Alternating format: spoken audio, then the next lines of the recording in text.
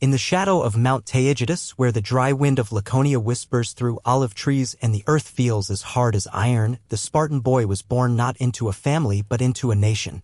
His cries were not heard as the sound of a new life, but as the beginning of a test. In Sparta, children did not belong to parents, they belonged to the state. And the state was not a gentle master. To be born a boy in ancient Sparta meant only one thing: that life, as you might know it anywhere else in the ancient world, was over before it began. This child was not meant to grow into a farmer, a merchant, or a poet.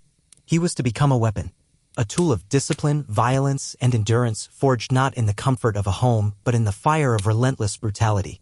While Athenian boys learned rhetoric, theater, and democracy, the Spartan boy learned silence, survival, and war.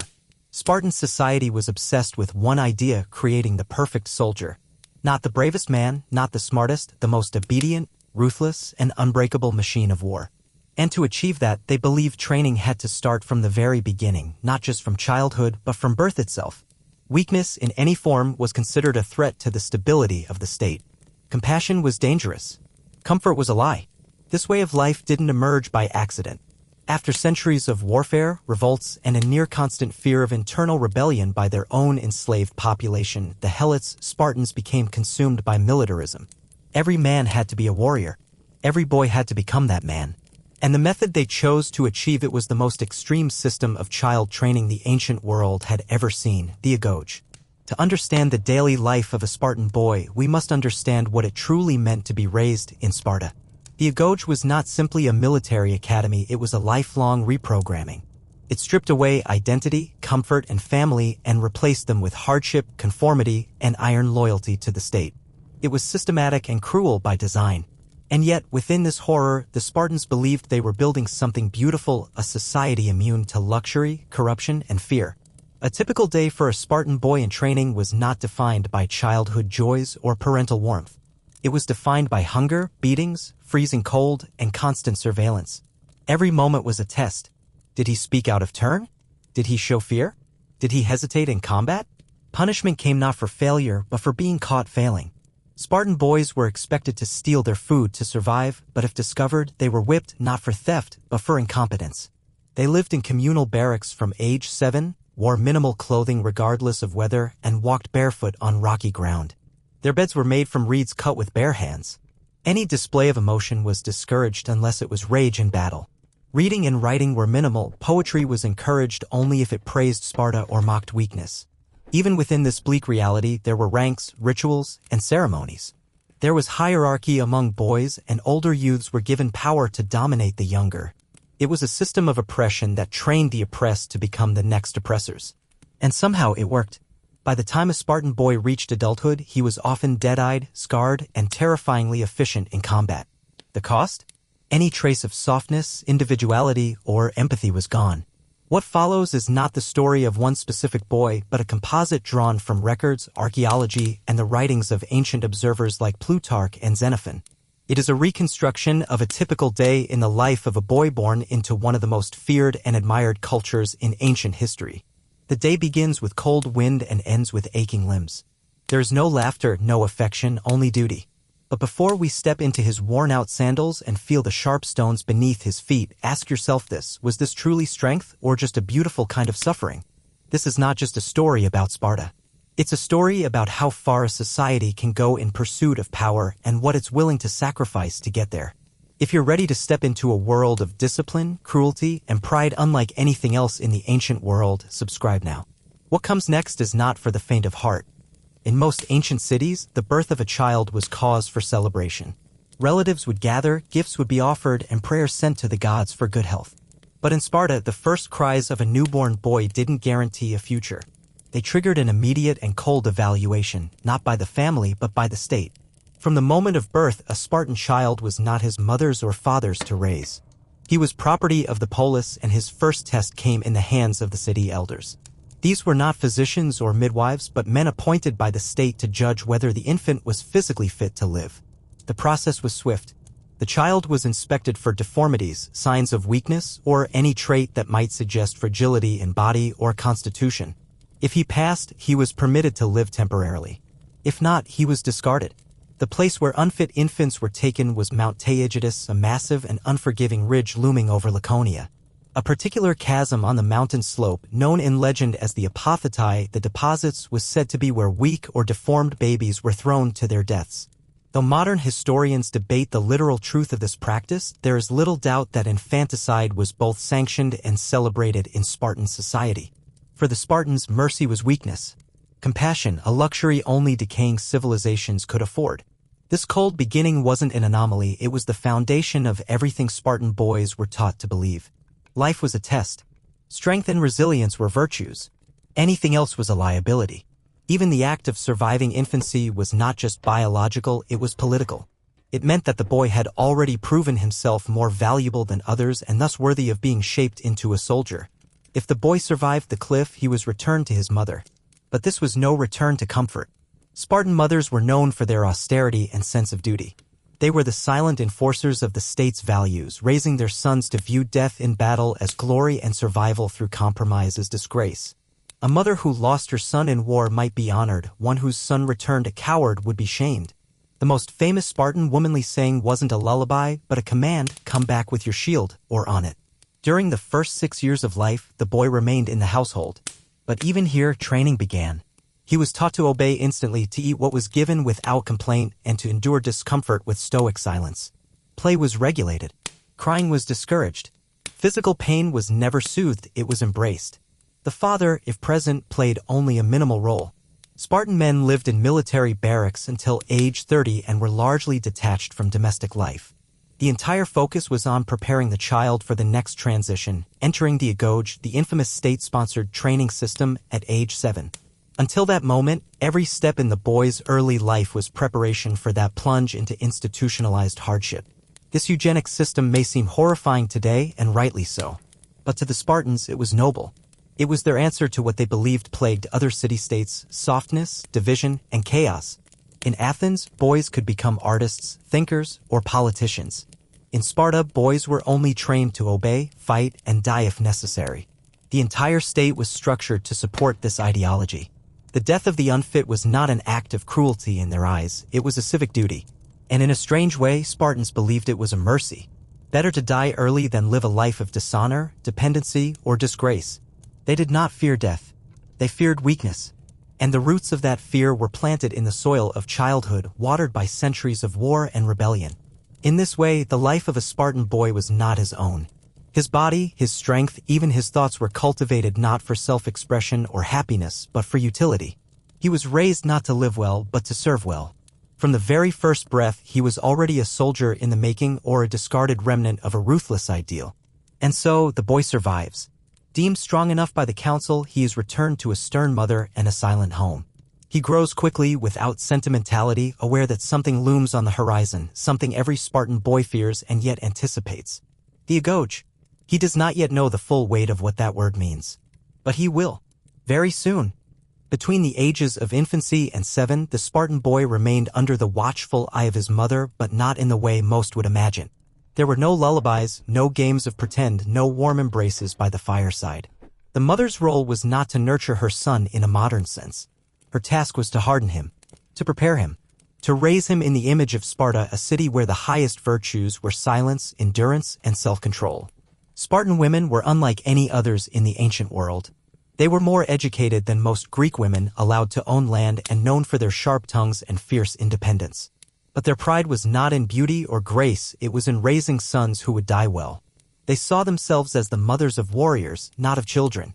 And so their love was not shown through affection, but through expectation. The boy learned obedience before he learned play. He was taught never to speak unless spoken to, never to ask for more food, never to show pain. If he fell, he was expected to get up without tears. If he complained, he was silenced with a stare. He learned to eat whatever was placed before him, regardless of taste. He was taught to listen, not with questions, but with perfect stillness. From the moment he could walk, the mother trained him in small acts of discipline. He rose early, stood with posture, and kept his eyes lowered when elders were nearby. If he spoke out of turn, punishment followed swiftly. Even in these early years, the shaping of the Spartan citizen was underway. There was no tolerance for softness, not even in a child. But it was not just about physical resilience. The boy was taught eidos, the deep, instinctive sense of shame and respect that governed Spartan conduct. He learned to internalize hierarchy, to recognize his inferior status, and to accept correction without resistance. He was not taught right and wrong in a moral sense, he was taught what was Spartan and what was unacceptable. Play, when allowed, was rough and unstructured. Boys wrestled, ran, and shouted, but always under the implicit judgment of nearby adults. Even laughter had to be restrained. There was a term for excessive emotion, malice, softness, and it was to be rooted out early. The mother did not shield him from fear. When thunderstorms shook the mountains, she did not hold him close, she told him to sleep. When his hands were raw from falling, she told him that pain was the voice of weakness leaving the body. She spoke to him in phrases he would one day hear in the barracks: endure, obey, suffer with pride. Spartan mothers were not cold by accident. They were made that way by the very same system that was now being passed to the next generation. They, too, had lost brothers, sons, and husbands in war. They had been told again and again that personal loss was nothing compared to Spartan honor. So when they taught their sons to suppress feelings, it was not cruelty, it was culture. A story, perhaps apocryphal, tells of a Spartan woman who killed her own son when he returned from battle, having thrown away his shield in retreat. The shield, heavier than the sword, was the symbol of discipline. Cowards dropped theirs. Warriors died holding them. This was the lesson the Spartan boy absorbed before he could even read his own name. During these early years, the boy also learned about Sparta's enemies, the Helots, the enslaved population who worked the land and vastly outnumbered the Spartans. He heard tales of rebellion and slaughter. And though still a child, he was being slowly conditioned to see the Helot not as a human, but as a threat to be managed, contained, and eventually hunted. Though his body was still small, his spirit was already being shaped into something lean and guarded. He learned not to cry. He learned not to beg. He learned to obey without question. And all the while, the countdown to age 7 loomed like a shadow. The day when his name would be entered into the books of the Agoge and he would be taken from home, not temporarily, but permanently. There was no ceremony, no celebration, no farewell. The mother would simply dress him, speak few words, if any, and watch as he walked away with the other boys of his age group. Most would not return home for years. Some would never return at all. And for the boy, the greatest lesson of all had already been learned, that he was not his own. His body belonged to Sparta. His future belonged to the state. And soon even his will would be carved by the hands of the Agoge. The day arrived without fanfare, yet every Spartan mother knew its meaning. Her son, now 7 years old, stood at the threshold of boyhood, and the state was waiting. There were no tears. There was no ceremony. The boy did not embrace his mother, nor did she reach out to him. From his first breath, he had been trained for this moment, separation. Now it was simply time to obey. He would leave the home in which he had spent the first 7 years of his life and enter the Agoge, Sparta's legendary training system, from which he would not return as the same person if he returned at all. The transition was as abrupt as it was absolute. In most Greek cities, boys stayed with their families for years, sometimes into their late teens. In Sparta, that luxury did not exist. A boy's duty began at 7. No sooner. No later. The state required that he be reshaped, his body hardened, his mind sharpened, and his sense of self stripped down to a single identity: Spartan warrior in training. He arrived at the barracks, a long, stone structure filled with the shouting and movement of dozens of boys his age and older. There were no welcoming speeches, no introductions. From the moment he stepped over the threshold, he was no longer a child. He was a pace, one of the state's property. The instructors, known as paidonomoi, were not teachers in the traditional sense. They were drill masters, disciplinarians, enforcers of the values the city demanded. His first lesson came quickly: obedience. The boys were lined up, shouted at, and instructed to strip down to a basic tunic. All possessions, comforts, and family memories were gone. There was no bed awaiting him, only a reed mat. No hot meal, only a coarse bowl of barley porridge and a few olives. No quiet space, only the constant noise of shouts, footfalls, and commands. He was not alone in this transformation. Every boy his age underwent the same process. They formed a cohort, a unit called an ally, which would train, eat, and sleep together for the years to come. Bonds would form, rivalries would emerge, and discipline would be maintained through a strict chain of command. Among them, one boy would be chosen as leader, not by popularity, but by strength and obedience. This leader was responsible for keeping the others in line and was punished for their failures as much as his own. Physical discomfort was immediate. The barracks were cold. The reed mat scratched his skin. The tunic offered no protection from the biting wind. And yet he dared not complain. Complaining was weakness. Weakness was punished. Instead, he was expected to endure silently. The instructors were brutal but predictable. They believed in punishment, repetition, and humiliation. If a boy spoke out of turn, he was whipped. If he lagged during drills, he was mocked and beaten. If he failed to show absolute respect to elders, he was forced to stand for hours in the hot sun or the icy rain. The goal was not just obedience, it was to erase all trace of softness from the boy's being. Meals were deliberately insufficient. Hunger was part of the training. He would learn to steal food to survive, but also to do so without getting caught. Failure to steal meant hunger. Getting caught meant a beating. Hunger itself was not the enemy. Incompetence was. Sleep came late and was always restless. The barracks echoed with murmurs, coughing, shifting bodies. There was no privacy, no warmth, no comfort. His body ached. His mind was overwhelmed. And yet no one would ask him how he felt. No one would comfort him. The only response he would receive for fear or pain was silence or worse, punishment. Even within this environment, competition thrived. Boys constantly tested one another in wrestling, in running, in mental endurance. One boy might challenge another to remain silent while being hit. Another might attempt to provoke a reaction, knowing that any show of emotion would mark the boy as weak. These contests were not games, they were survival. The instructors encouraged it. They watched with cold amusement as the boys turned on each other in controlled ways. Spartan training was not just physical. It was psychological. The Agoge was designed to forge loyalty to the group and simultaneously a readiness to dominate within it. And yet, something deeper began to take root. In time, the boy began to suppress the instinct to complain. He began to take pride in silence, in enduring longer than others, in not flinching during punishment.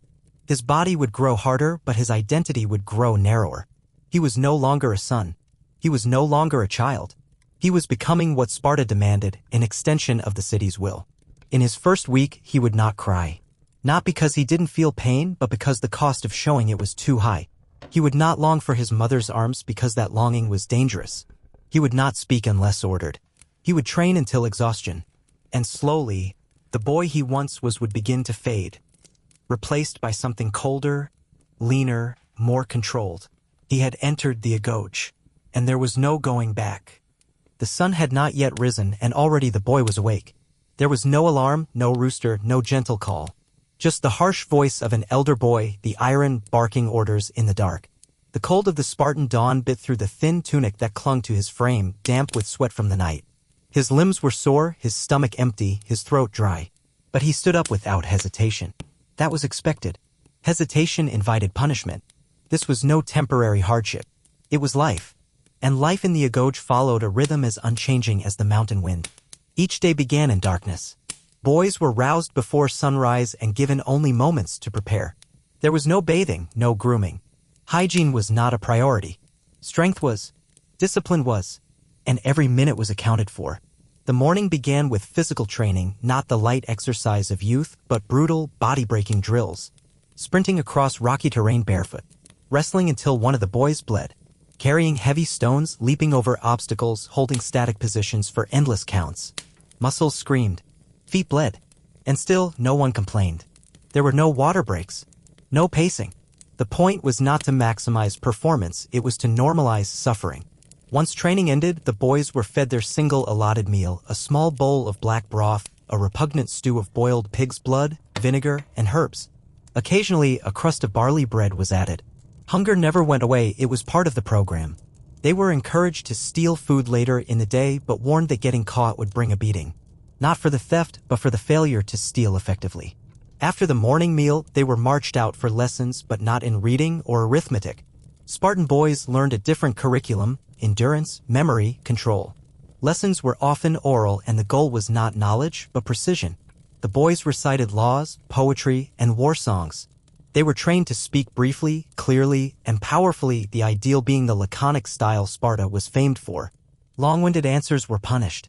Wit and economy of language were prized. A Spartan boy learned to say more with one phrase than an Athenian might say in a paragraph. To answer a question with sharp brevity was a skill as valued as striking with a sword. Midday brought more physical exertion. Under the hot sun, boys were run through team combat drills. Not just wrestling or boxing, but full mock battles. They learned to fight in phalanx formation, to maneuver under commands, to strike and retreat with precision. Mistakes were corrected with pain. Supervision was constant. Older boys and instructors watched everything. If a boy lagged or slacked, he was struck. If he cried out, the punishment worsened. The presence of the iron, usually aged between 20 and 30, ensured that discipline was enforced without exception. These older boys, themselves former Agoge students, administered both guidance and violence with equal frequency. In the afternoon, the boys were often given chores or menial tasks. These weren't arbitrary. They were designed to instill a sense of hierarchy and humility. Fetching water, scrubbing floors, gathering firewood, all under the assumption that no Spartan should ever believe himself above service. If caught idling, a boy could be ordered to stand for hours or endure silence while being struck with a stick. There was no leniency, no bad day excuse. Every moment was a test of obedience. Sometimes younger boys were ordered to fight each other. These bouts were not playful. They were violent, bare-knuckled, and encouraged by instructors. Winners earned respect. Losers earned bruises and sometimes worse. All were expected to return to training the next day without hesitation. As evening approached, there were brief lessons in music and dance, but again, not for beauty. These arts served a militaristic function. Boys learned to move in unison to keep rhythm as they marched or chanted. Spartan songs praised valor, mocked the weak, and celebrated death in battle. Dancing taught coordination, singing taught unity. After sunset, punishments were administered. Public floggings were common. They were not always a result of disobedience. Sometimes they were simply part of the training. Boys were lined up and whipped while others watched.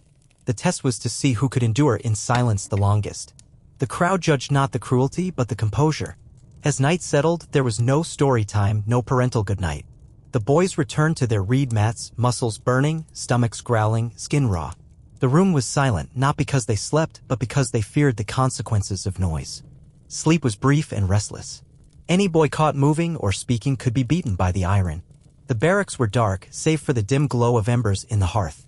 And there, amid the cold and discomfort, the boy lay. One more night survived. One more step toward becoming the Spartan ideal. The schedule did not change for holidays. There were no weekends, no birthdays. The state recognized no personal milestones. The Agoge was relentless. And so the boy, barely more than a child, lived each day not for joy or freedom, but for survival. For the hope that one day he might be judged worthy of standing in the shield wall side by side with Sparta's iron sons. And so he slept, not deeply, but ready. Tomorrow it would all begin again. In Sparta, food was never about pleasure. It was not a reward, not a celebration, not even a consistent necessity.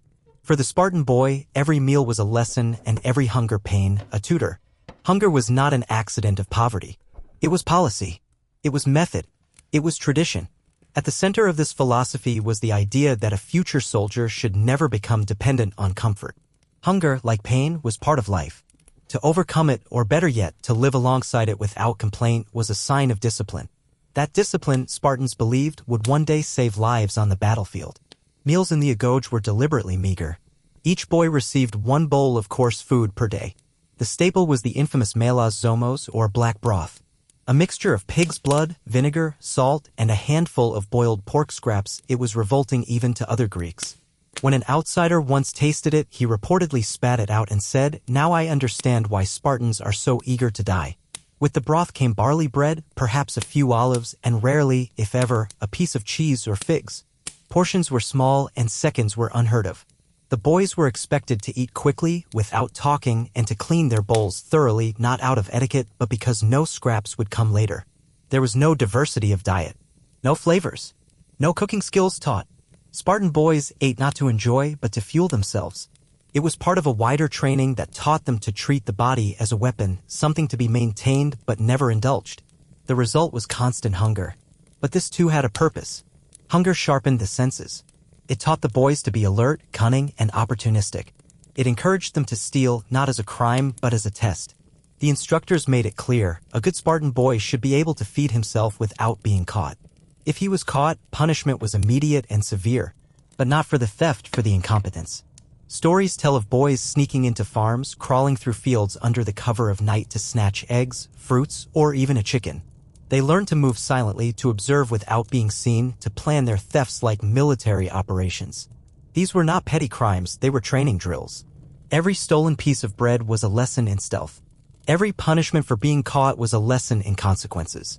This system produced children who were always hungry, always alert, and always calculating risk. The hunger didn't go away, it became a companion. A voice in the belly that whispered strategy. That pushed them to move faster, think sharper, and act braver. But there was a darker edge to this policy. In their desperation, some boys would go too far. One of the most chilling stories recorded by Plutarch tells of a boy who stole a fox cub and hid it under his tunic. When he was called to stand before an instructor, he did not confess or reveal the animal. Instead, he stood motionless as the fox clawed and bit into his stomach. He died without a sound. The instructors praised his silence, not his theft, but his refusal to break. Even in death, he upheld the Spartan code. Outside observers were horrified by such stories. To them, this was not training, it was cruelty. But to Spartans, it was the price of greatness. A Spartan boy who could resist crying out while a wild animal tore into his flesh could surely endure wounds in battle without hesitation. Even within the barracks, boys learned to compete for food. Older boys controlled the rations. Favoritism existed. Sometimes a morsel of cheese could be bartered for a chore or earned through submission. Hierarchies developed, and with them complex social rules, all under the constant presence of hunger. What's perhaps most remarkable is that this approach worked, at least by Spartan standards. By the time a boy reached his teenage years, he could function for days with minimal food, move silently when necessary, and steal with precision. His body was lean, wiry, and efficient. His stomach had long since stopped protesting. Hunger had become normal. He no longer expected comfort. He no longer dreamed of full plates or sweet fruit. These things belonged to other Greeks, the Athenians with their wine-drunk dinners and fragrant stews. Spartans did not feast. They survived. And survival, above all, was a matter of discipline. In this way, every bite of sour broth, every rumbling stomach, and every stolen crust of bread served a purpose far beyond nutrition. It built warriors who feared nothing, not even starvation. In most societies, stealing is a vice, a moral failing, an act condemned by law and custom. In Sparta, for a boy, it was something closer to a virtue. Not because the Spartans romanticized theft, but because they understood its utility. A soldier might one day be trapped behind enemy lines, cut off from supply, desperate for survival. In that moment, he would not need philosophy or manners. He would need cunning, patience, and the courage to act when the cost of hesitation was death. So the Spartan boy was taught to steal. He was not told to do so outright. No instructor gave explicit instructions. But the design of the Agoge made it inevitable. The food rations were not enough to satisfy a growing body. The clothing was inadequate for the seasons. There were no warm cloaks or boots handed out for winter, no extra meals for the particularly hungry. Instead, the expectation was that a clever boy would take what he needed and suffer if he failed to do it well. It began with simple things. A boy might snatch a piece of bread left behind by another. He might sneak into the storeroom late at night for a few olives. Over time, he learned to crawl quietly, to move in the dark, to plan every step. He studied the schedules of instructors, noted which floorboards creaked, and whispered with others about possible targets. Every stolen item was a test. Every success a secret victory. But failure came with consequences. If a boy was caught stealing, he was not punished for the act itself. He was punished for being incompetent. A successful thief was praised in silence. A clumsy one was beaten mercilessly. The message was clear. Spartans valued results, not intentions. A boy who failed to steal undetected had failed as a future soldier. He had revealed himself. The punishments were not symbolic. They were brutal. A boy might be whipped in public, forced to stand naked in the cold, denied food for days, or humiliated in front of his peers. These punishments were not designed to correct morality. They were designed to sharpen skill. The next time he would be smarter, quieter, more patient, or he would suffer again. Instructors observed everything. Sometimes they set traps, leaving food where it could be taken, hiding nearby to catch the thief. Other times, they allowed theft to occur and waited to see if the boy would cover his tracks. Every incident was a lesson, every bruise a reminder. What emerged from this system was a strange moral universe. The boys learned that law and ethics were secondary to success and loyalty. There was no right or wrong, only what was Spartan and what was not. Discipline was enforced, but subversion, if executed flawlessly, was not condemned. It was admired. And yet, the consequences could be deadly. As mentioned before, one of the darkest tales of Spartan training involved a boy who stole a fox cub and hid it under his cloak. When questioned, he stood perfectly still, refusing to confess. The animal, trapped and panicked, began to tear into his abdomen with claws and teeth. But the boy remained silent. He died from internal wounds, but not before proving that he had mastered the most important lesson Sparta taught. Never show weakness. Whether or not the story is historically true, the fact that Spartans told and celebrated it speaks volumes. The ideal boy was not just physically tough, he was emotionally invincible. No pain could betray him, no hunger could shake him, no fear could break him. He was a shadow, a wolf in the dark, ready to kill or survive without hesitation. Stealing became ritualized over time. Older boys would whisper to younger ones, advising them on how to succeed. Alliances were formed. Boys worked in pairs or teams. Some acted as lookouts, others as distraction, and one as the hand that took the prize. These networks built trust, but also hierarchy. Those who stole well gained status. Those who failed too often were cast out, mocked, or subjected to cruel group punishments. And yet, not all thefts were equal. Taking from a fellow Spartan was frowned upon. The unwritten rule was to take from the environment, from food stores, from outsiders, never from the brotherhood. This reinforced a code of loyalty. You could deceive the system, but not your own. These exercises in survival had long-term consequences. By the time a Spartan boy became a young man, he had learned to move silently through forests, observe guard patterns, pick locks, and remain hidden for hours. He was not simply a fighter, he was a hunter. And when the time came for him to join the Krypteia, the secret police force of Sparta, he already possessed the skills needed to stalk, spy, and eliminate targets under the cover of night. Stealing in Sparta was never about personal gain. The boys didn't hoard food, decorate their sleeping mats, or boast of their riches.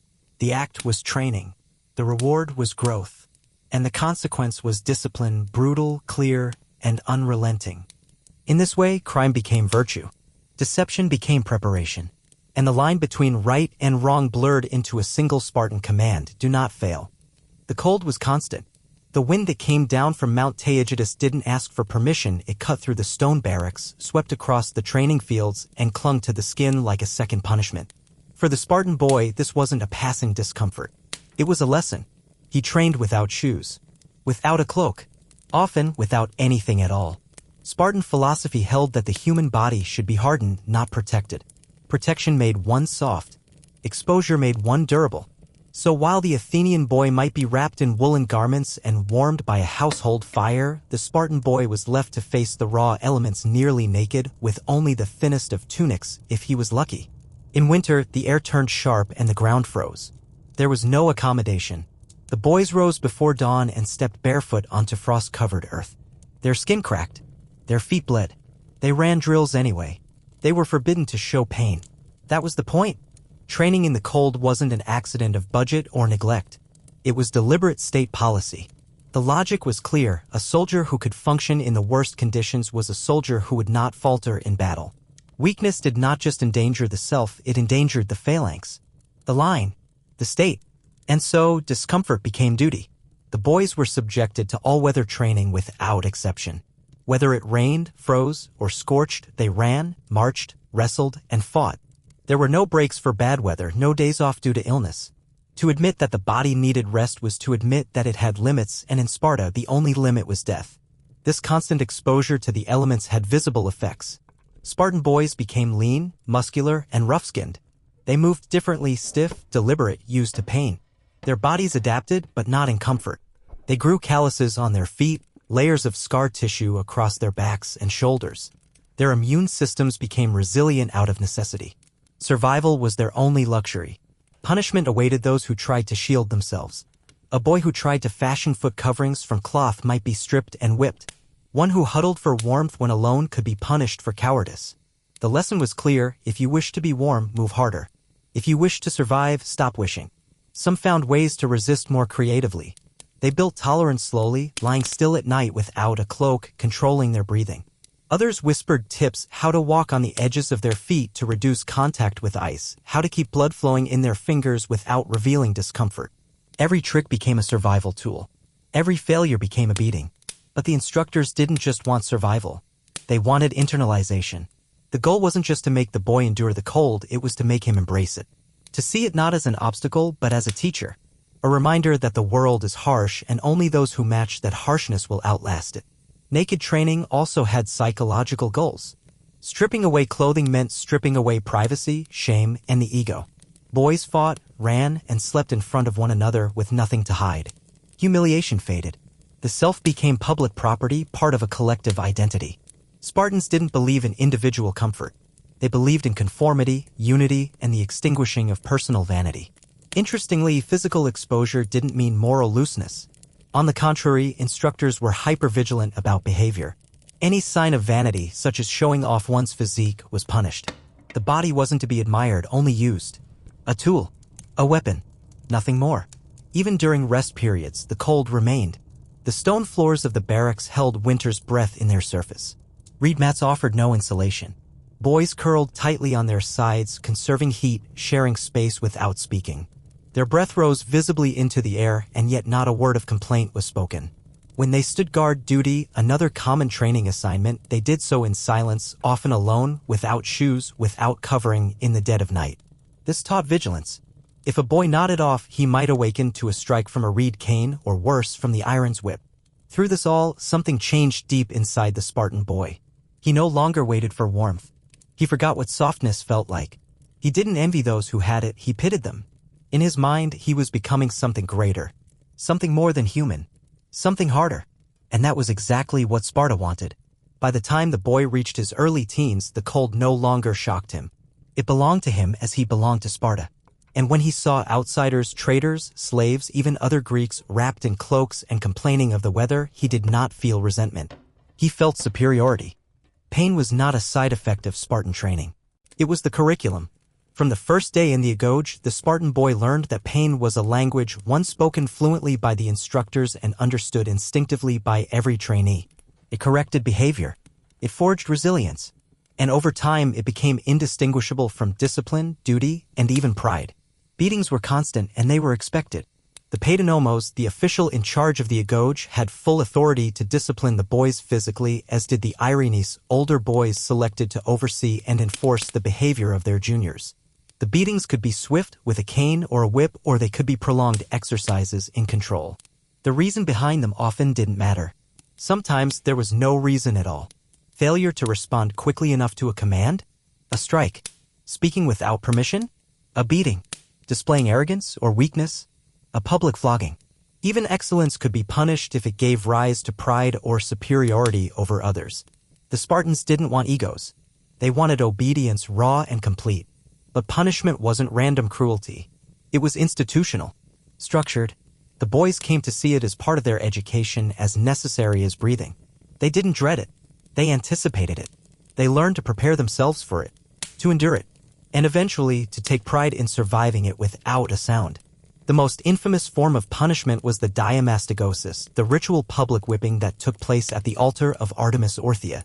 While it later evolved into a ceremonial display for spectators, its origins were brutal and deeply ideological.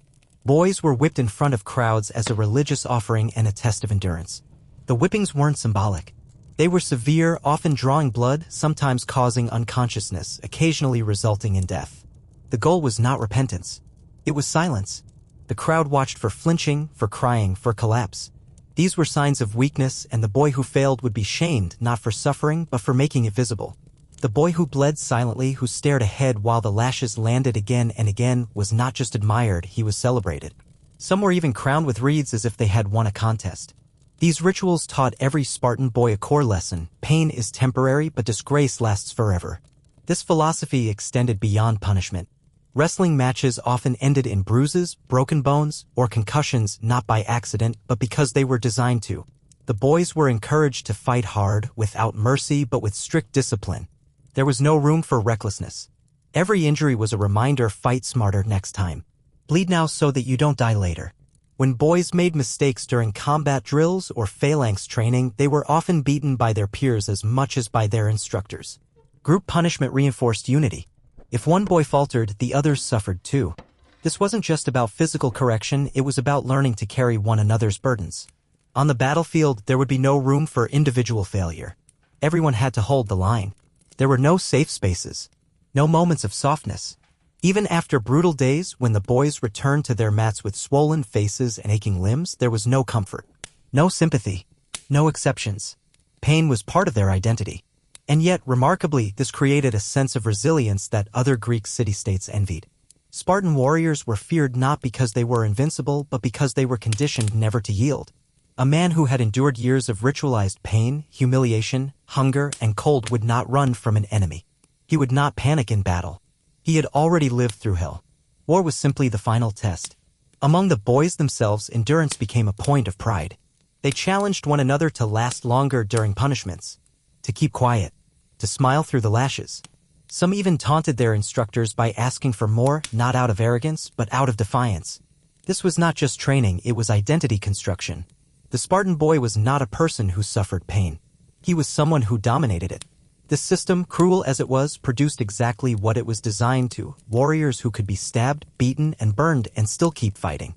Who could lose friends, suffer wounds, and stand their ground. Who didn't need comfort, explanation, or motivation. Only orders. It also meant that many Spartans bore scars long before they ever saw combat. Their backs told stories of survival. Their hands were calloused from fists and shields. Their faces were hardened by silence, their eyes distant from years of detachment. Empathy was rare. Emotion dangerous. And when they were finally released from the Agoge, most no longer needed punishment because the state had done its work. The pain was inside them now. It guided them. It made them Spartan. In most Greek cities, education was a celebration of knowledge, a pursuit of wisdom through dialogue, writing, and philosophical inquiry. Boys in Athens learned geometry, astronomy, music theory, and rhetoric. They debated in academies, studied under philosophers, and discussed the meaning of justice, truth, and beauty. In Sparta, none of that mattered. The Spartan boys' education did not involve books. Not because they were unavailable, but because they were unnecessary. The purpose of learning was not to understand the world, it was to obey within it. The mind was trained not for curiosity, but for clarity. Not for creativity, but for loyalty. What passed for schooling in the Agoge was brutal, minimalistic, and deeply functional. It focused on three things: memorization, poetry, and silence. Memorization was the core. Spartan boys learned laws by heart, not just to recite, but to internalize them as living commandments. The laws of Lycurgus, the semi-legendary founder of the Spartan system, were never written down. They were oral traditions passed from one generation to the next. The boy was expected to memorize them perfectly. Any lapse could result in punishment. In this way, the laws became sacred not because they were recorded, but because they were engraved into flesh and memory through repetition and pain. Alongside the laws, the boys learned poetry, not the romantic verses of Sappho or the playful wit of Aristophanes, but martial hymns and epic battle songs. They sang of heroism, death, loyalty, and Spartan supremacy. Music in Sparta was not a form of expression. It was a means of synchronization. Chants were used in battle, in marches, in festivals, in death. Poetry was memory wrapped in rhythm. The verses were easy to recall and hard to forget. Through these songs, the boy learned what was expected of him: to die without fear, to serve without question, to embrace glory through sacrifice. But perhaps the most defining element of Spartan education was silence. The boys were taught not to speak unless directly addressed. Even then, their answers were to be short, sharp, and meaningful. This gave rise to what later generations called the laconic style, speech so brief and precise that it bordered on poetry. In fact, the term laconic comes from Laconia, the region in which Sparta was located. To speak in circles was shameful. To use too many words was weak. Brevity was power. Instructors would ask questions designed to test a boy's wit and composure. An acceptable answer might be a single sentence, sometimes even a single word. But it had to carry weight. Spartan boys trained their minds to slice through ideas like a sword. No hesitation. No embellishment. Just clarity. This training extended into every aspect of life. A boy who gossiped was beaten. A boy who interrupted was humiliated. A boy who couldn't answer with purpose was ignored. Over time, speech became strategic, used sparingly with precision. They didn't learn to argue. They learned to command. Writing was barely taught. Reading was utilitarian, not cultural. A Spartan boy was expected to recognize military orders, names, and a few key instructions, nothing more. The pen was not mightier than the sword in Sparta. It was simply a tool for logistics.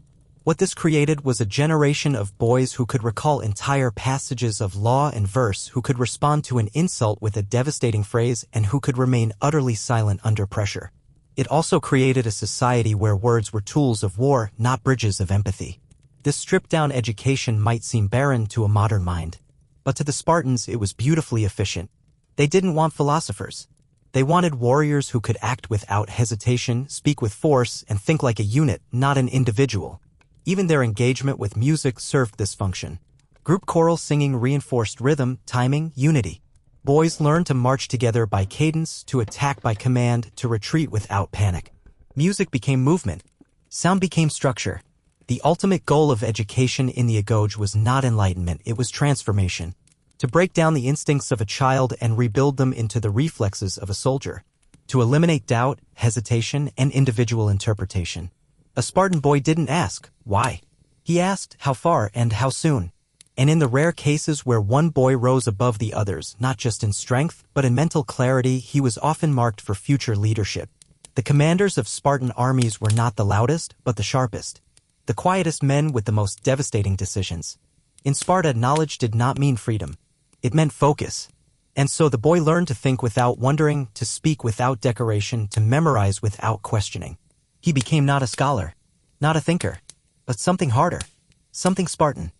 For most children, play is a form of joy, a way to explore the world, build friendships, and develop skills through imagination. But for the Spartan boy, play was war in miniature. In the Agoge, games did not exist to entertain. They existed to train. And the favorite game of all was violence. From the moment he entered the system at age 7, the Spartan boy was pitted against his peers in combat. Not occasionally. Not under supervision with safety in mind, but constantly and often brutally. These weren't scuffles or spontaneous wrestling matches. They were organized trials by pain, sanctioned by instructors, and designed to eliminate softness. Every boy was both a comrade and a rival, and every contest was a test. The boys fought for dominance, for honor, for food, and sometimes for nothing at all except the unspoken need to prove superiority. Their battleground was the dusty yard beside the barracks, the uneven rocky fields of Sparta, and the cold hard floors of the dormitories. Anywhere could become an arena. Wrestling was the foundation of their combat training. It wasn't decorative. There were no mats, no rules, and certainly no referees. They learned to grapple, choke, throw, and strike, not to score points, but to dominate and endure. Matches could go on until one boy could no longer stand. Blood was common. So were broken noses, cracked ribs, and dislocated joints. These injuries were not seen as failures, but as signs of commitment. But wrestling was only the beginning. As boys grew older, boxing and pancration, a brutal blend of wrestling and striking, were introduced. These contests involved bare fists, open hands, and feet. They were designed not just to test strength, but courage. It was one thing to take a hit. It was another to remain standing, focused, and calm while doing so. A boy who broke ranks or panicked under pressure was shamed. One who fought through pain gained silent respect. Fighting was not a private affair. These battles happened in front of peers, instructors, and sometimes even city elders.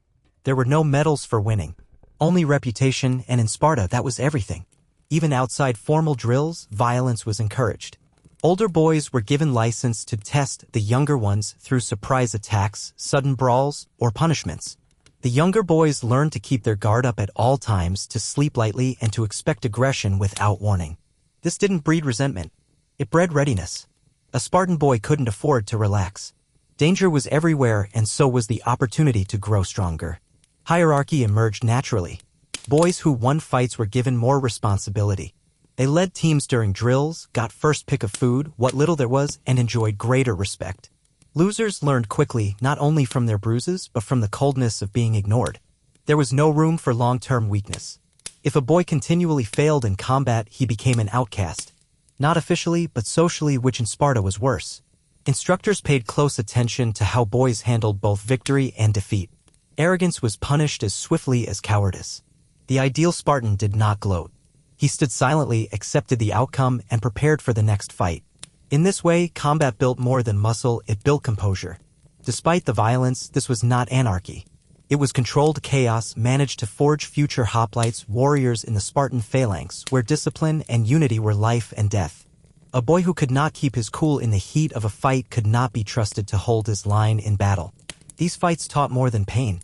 They taught rhythm, anticipation, distance, and fearlessness. There were no safety nets, no timeouts. If a boy fell, he had to get up. If he couldn't, he learned to stand back and observe until he could. No one came to his aid. No one offered a hand. The lesson was clear: you will stand on your own or you won't stand at all. Sometimes injuries were severe. A broken limb, a deep gash, even temporary blindness from a swelling shut eye. But the instructors did not flinch. They didn't offer medical attention unless the injury was life-threatening. A boy who could no longer train was expected to sit silently and learn by watching. Rest was not recovery, it was another form of training. Despite this harshness, or perhaps because of it, bonds between boys became unbreakable. The same peer who bloodied your nose one morning might stand beside you that evening during a night patrol. The shared hardship didn't divide them, it welded them together. There was a mutual understanding, pain was a constant, and only through one another could they survive it. Some boys thrived in this world. They became feared for their ferocity, admired for their calm under fire. Others learned slowly, absorbing punishment but refusing to quit. These were often the ones most respected, not the strongest, but the most relentless. Through all of this, the message was carved into their bones: violence was not chaos, it was order. A boy who mastered it could master fear. A boy who feared it would never be free. And so they fought, again and again, until fighting was no longer something they did. It was something they were. In the rigid hierarchy of Spartan life, every boy knew his place and every place had its master. Above the younger boys of the Agoge stood a tier of older youths, stronger, more experienced, already tempered by years of pain, silence, and training. These boys were not instructors, but they held power, sometimes more terrifying than that of the adults. Encounters with these older boys, often aged between 18 and 20, formed one of the most complex and controversial aspects of Spartan boyhood. To the outside world, these relationships looked like domination. Inside the Spartan system, they were often viewed as something else entirely: mentorship. Brutal, hierarchical, and sometimes dark, but mentorship nonetheless. These older boys, called Irenes, were chosen from among the best of their age group. They had already passed the worst of the Agoge and were now tasked with overseeing and disciplining the younger generations. To be selected as an Iron was an honor. It meant the state trusted you to replicate its values in others. It also meant authority. Each Iron was assigned several younger boys, whom he directed, corrected, and often punished. These relationships varied wildly. In the best cases, the older boy acted as a hardened but just mentor, guiding, protecting, and teaching the younger ones through example and strict discipline. In the worst cases, it became unchecked domination. The younger boys could not question commands. They were expected to obey immediately. An Iron could order them to fetch supplies, repeat training exercises, or endure punishments without reason. Resistance brought swift consequences: humiliation, beatings, or denial of rations. The idea was to create not just obedience, but reverence. In return, the younger boys often received valuable knowledge: how to endure pain without flinching, how to plan an effective food theft, how to control fear during combat drills, how to interpret the subtle signals of instructors. These lessons weren't written anywhere. They had to be passed down from those who survived to those just beginning. But there was a darker side. The power imbalance opened the door to abuse. And in many cases, that door was not only walked through, it was institutionalized. According to some ancient sources, including Xenophon and Plutarch, Spartan society encouraged bonds between older and younger males that were emotional, instructional, and often physical. These relationships, known as pedagogical pederasty, were not hidden. They were considered, in some circles, a means of instilling loyalty, strength, and courage. The older youth was expected to serve as a role model and protector. The younger was expected to admire, emulate, and obey. Whether every such relationship was exploitative is difficult to judge by modern standards, but even in ancient times, Spartan customs raised eyebrows. Athenian observers, despite having their own norms around such dynamics, often viewed the Spartan system as excessive, coercive, or outright dangerous. For the boy, this meant navigating more than just physical survival. He had to learn to read the intentions of those above him, to show deference without submission, to earn protection without becoming a target. It was a tightrope walk, one that tested not only strength and obedience, but intuition and emotional discipline. Some boys became favorites. Others were left to fend for themselves. The favored ones often received small advantages, protection from bullies, guidance during punishments, perhaps even extra food during scarcity. But favoritism came with a price: total loyalty, absolute silence, and in many cases, the surrender of one's agency. To survive in this system, the boy learned to adapt. He became hyper-aware of power, who held it, how to influence it, how to avoid its wrath. He watched how older boys treated others. He noted who had scars and who didn't. He kept his voice low, his eyes alert, and his thoughts to himself. And over time, as he aged, he began to anticipate the shift, the day when he would become the iron, the one in power. When he would be the one giving orders, administering discipline, shaping the next generation. In Sparta, victims became enforcers. The cycle didn't end. It evolved. This dynamic had its psychological costs. Emotional repression was required. Vulnerability was dangerous. Even genuine friendships were suspect if they interfered with duty. The result was a boy who grew into a man of supreme control, externally composed, internally fortified, emotionally isolated. Spartan society may have believed that these harsh relationships built strength. And in some ways, they did. They built resilience, hierarchy, and absolute clarity of command. But they also bred cruelty, detachment, and a chilling acceptance of domination as natural. By the time the boy neared his later years in the Agoge, he no longer feared the older boys. He had studied them, mimicked them, and quietly prepared to become them. Not out of vengeance, but because it was what the system demanded.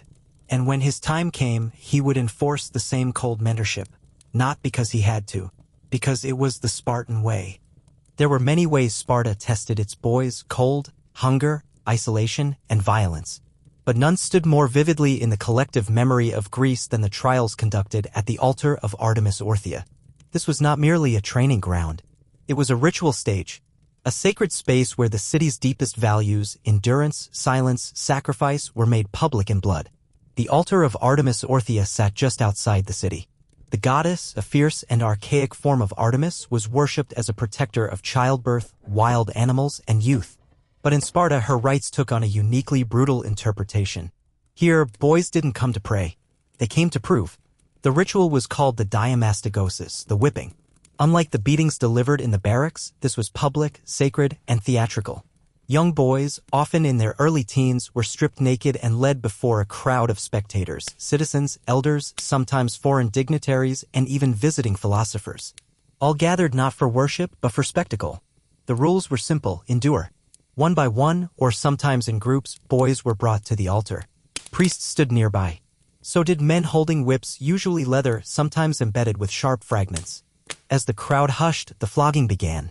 Each lash was delivered without mercy. There was no rhythm to it, no build-up. The blows landed hard and fast. The boy's back split open. Blood flowed. Muscles tensed. Eyes narrowed.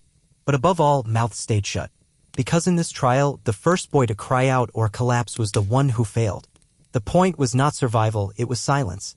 To the Spartans, physical suffering was irrelevant. What mattered was mastery over it. A boy who could stand still, expressionless, while his skin was flayed from his back, proved that he had become more than flesh. He had become Sparta. The altar soaked in blood. Not metaphorically, literally. It said the stones ran red after these ceremonies. Some boys fainted. A few died. And when they did, they were not mourned as victims. They were remembered as heroes, examples of what Spartan youth should aspire to become. To outsiders, this was barbarism. Even other Greeks were horrified by what they witnessed. Philosophers like Plutarch, who later described the ceremonies, did so with a mixture of awe and revulsion. But within Sparta, this was seen as sacred discipline. Religion and violence were not separate. They were intertwined, sanctified through ritual and repetition. Participation in the diamastagosis wasn't optional. Every boy in the Agoge would face the altar eventually. Some were chosen earlier based on behavior or strength. Others had to wait, but all knew the day would come.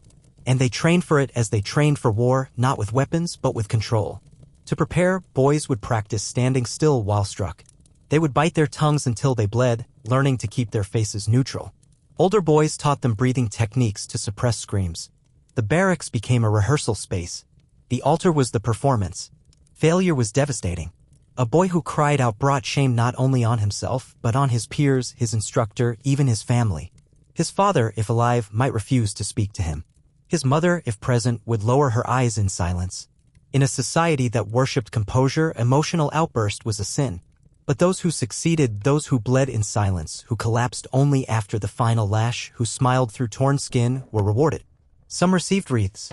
Others were allowed to dine at the adult mess halls for a night, a rare honor. Their names were spoken with respect. Their scars were badges of glory. And even beyond the individual, the ritual served Sparta itself. It reminded the citizens every year of who they were. A people forged in pain. A society built on self-denial, order, and sacred cruelty.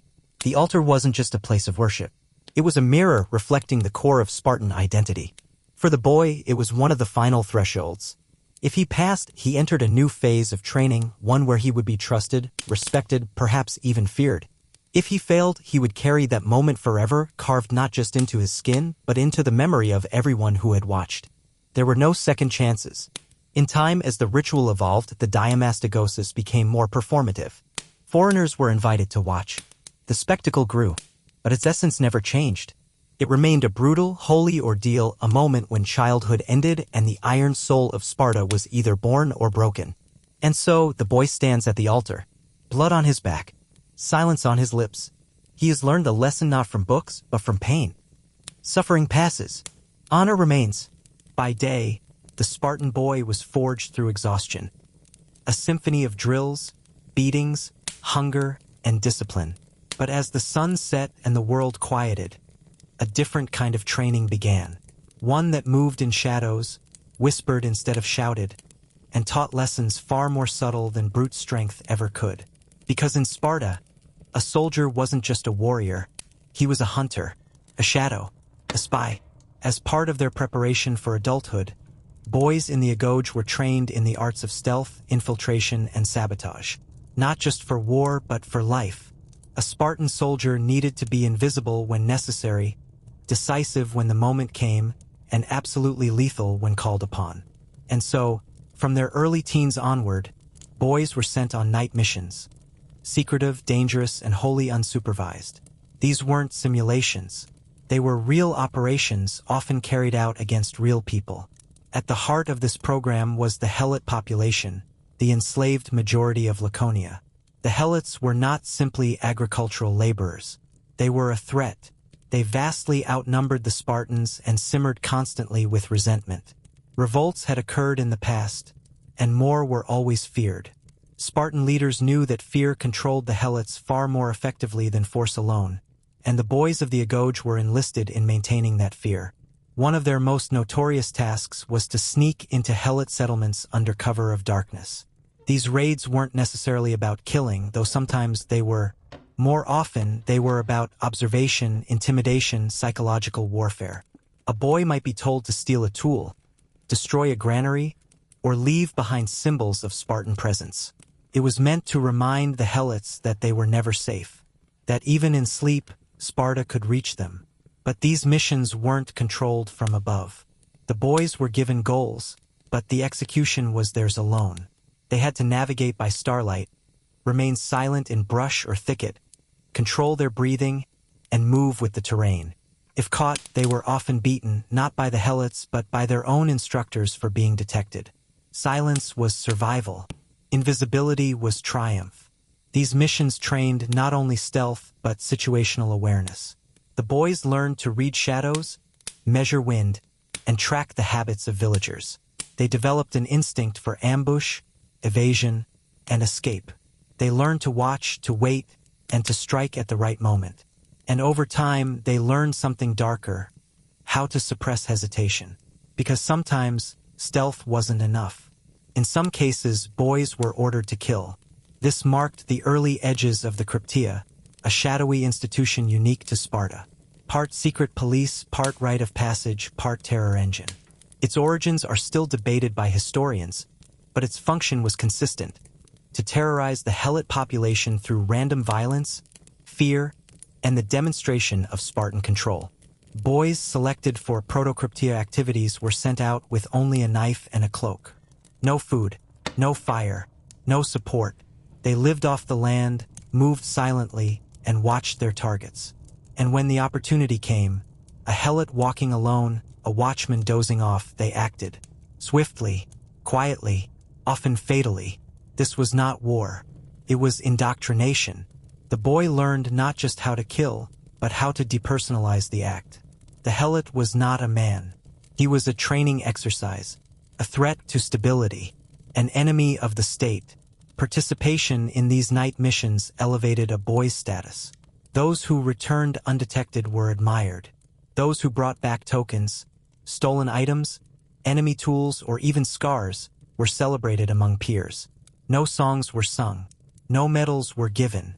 But in the cold barracks, respect was earned not with words, but with nods, glances, and quiet space made at the fire. This kind of training blurred all the traditional lines of childhood. There were no games, no safe zones, no rehearsal spaces.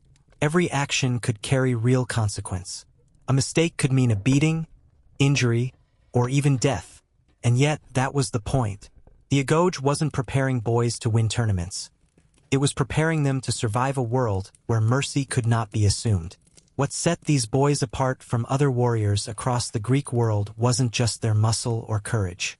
It was this: they had already lived as shadows before they ever stood in a phalanx.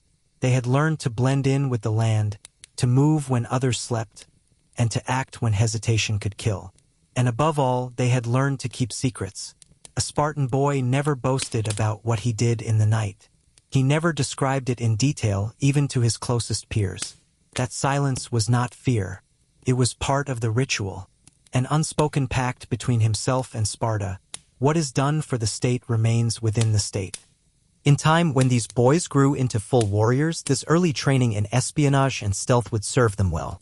On foreign soil, during ambushes, or while holding the line under cover of night, the lessons from those cold, silent missions lived on. They had learned, quite literally, to kill in the dark.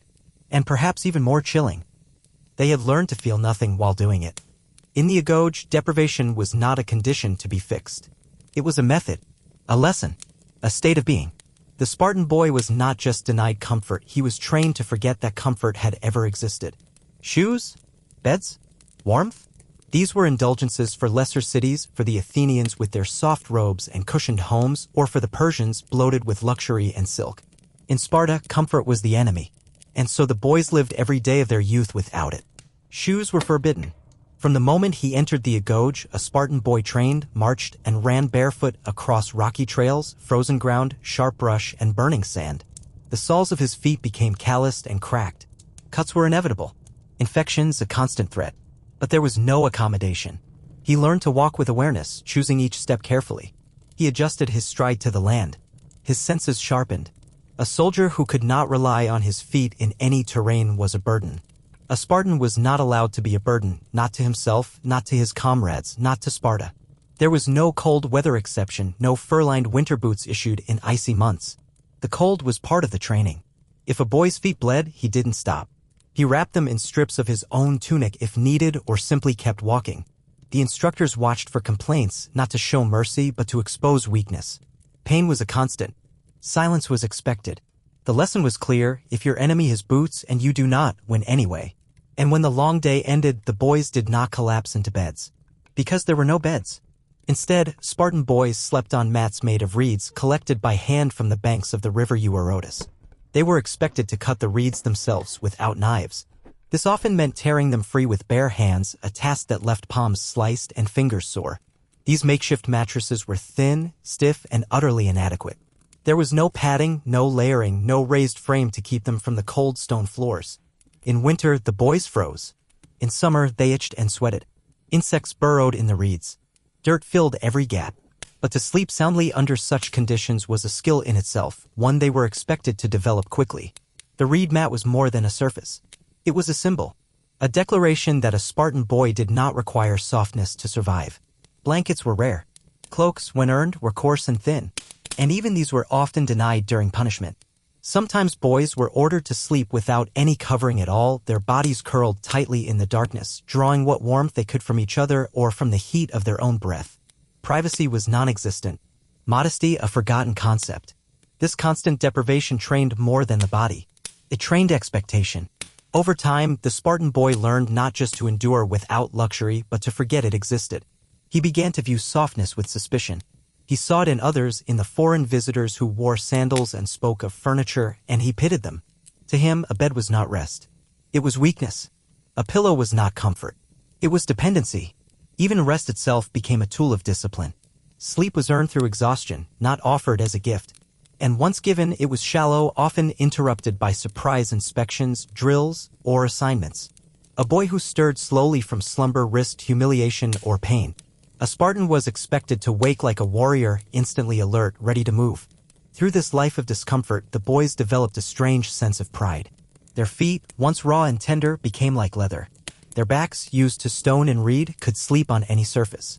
Their minds, trained to accept deprivation, became invulnerable to longing.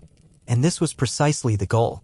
When they became men, warriors in the phalanx, they would carry nothing they could not walk with. They would sleep in fields, on wet soil, under pouring rain, beside corpses or horses or open fires. And they would not complain, because their youth had taught them a simple truth. Comfort is a weakness disguised as necessity. Where other soldiers might falter after a day of poor rest or wet boots, the Spartan marched on. Where others wept for their tents or fires, the Spartan leaned against his shield and found sleep. This was not resilience born from privilege, but from ritualized denial. Even in adulthood, this attitude persisted. Spartan men were expected to eat at communal messes, sleep on basic mats, and wear simple clothing. Their homes were sparse. Their lives austere. They did not retreat from luxury out of accident, but out of design. It all began in the barracks, barefoot and cold, lying on reeds, staring into the dark, not waiting for dreams, but simply recovering enough to survive tomorrow. And that was enough. In many ancient societies, the virtue of loyalty was praised to family, to gods, to friends. In Sparta, loyalty was demanded not to individuals, but to the state. Absolute, immediate, unquestioning. And for the Spartan boy, this wasn't just an ideal. It was a condition of survival. From the first day in the Agoge, the boy was taught that the state came before all. Before his parents. Before his peers. Before himself. Obedience wasn't just a rule, it was the foundation of identity. A boy who hesitated to obey was seen as defective. A boy who questioned commands was dangerous. In Sparta, you obeyed or you ceased to be useful. Every element of daily life reinforced this expectation. The boy didn't choose when to eat, sleep, or train. He was told. He didn't speak unless addressed. He didn't move without permission. Even thoughts were quietly monitored through behavior. Silence, composure, conformity, these were more than values. They were evidence of loyalty. Punishment for disobedience was swift, public, and often disproportionate. A boy who delayed executing a command might be whipped until he collapsed. A boy who looked confused when spoken to might be denied food for days.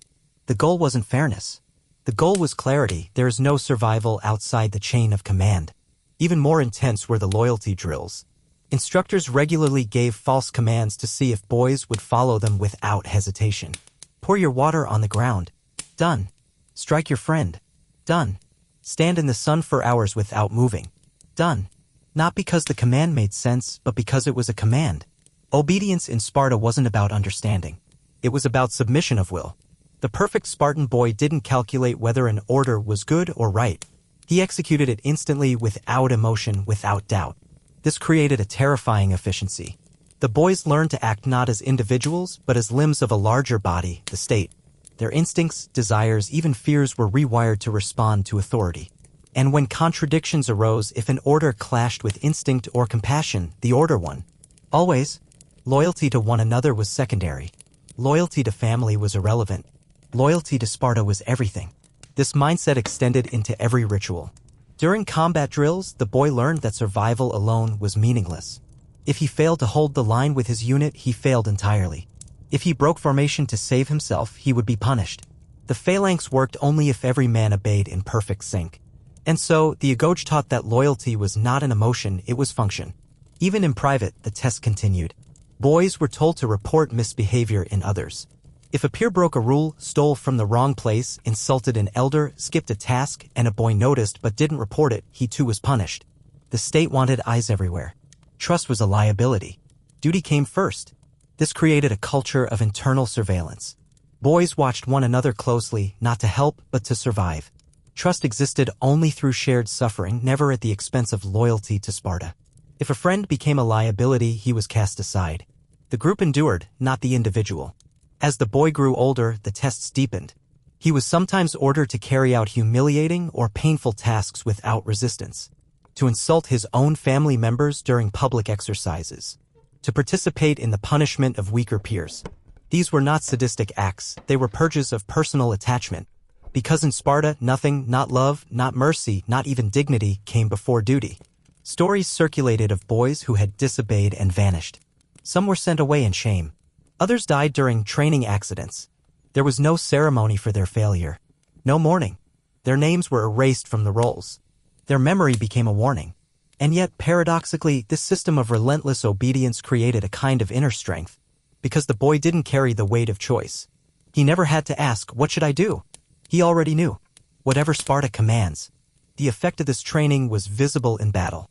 Spartan warriors were famous not just for courage, but for their terrifying discipline. They never broke ranks. They advanced or retreated only on signal. They held their shields until death. And if ordered to stand in place and die, they did. This was not because they lacked fear.